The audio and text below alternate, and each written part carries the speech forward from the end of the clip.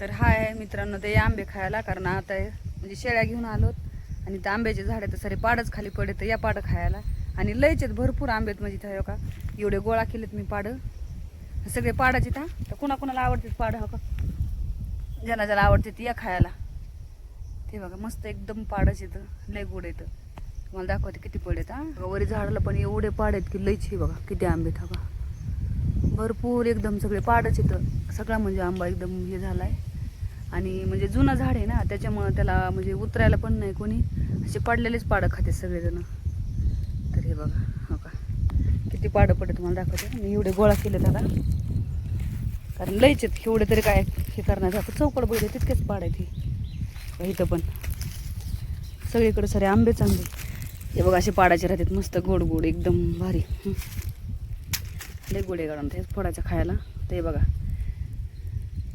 असं रुचिक काढला का, कारण पाडाचा आंबा एकदम म्हणजे खायलाच गोड असतो आणि टेस्ट पण लय भारी राहते. बघा तेव्हा किती पडले बघा, सगळे पाडच येतं बरं का. इतके खाऊ खाऊ लोकांनी टाकलेत, कारण आंबा पण मोठे तर 2-3 झाड आहेत. हे जुने झाड आहेत त्याच्यामुळे असे उतरतात. आणि झाड पण लई नाहीत का, असं वरी चढायला पण कुस देत ना, त्याच्यामुळे वरी जात नाहीत कोण. ते बघा असे झाड येतं.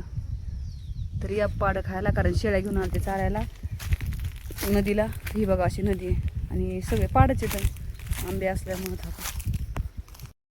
मित्रांनो, फक्त ही माझ्या गावाकडेच भेटती असे, म्हणजे एकदम ताजे पाडं बिडं खायला, असं कुठे भेटत नाही. तर या पाडं खायला का हो किती पडत आहे बघा, तुम्ही बघू शकता. ते सगळे पाडच येत राहणार आहे का.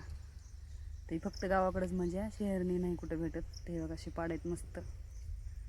केळ्या बी लगेच महागच पडत, टिकून बी आलं सगळ्याच. या काही खाऊ नका अजिबात, उपास धर आंब्याचे जे खा. तेव्हा एवढे पाड खाती होई. आंबा चांगला खाली पडत हा, जमतंय काय. राईट, गोड लागते. तोंड करत लागते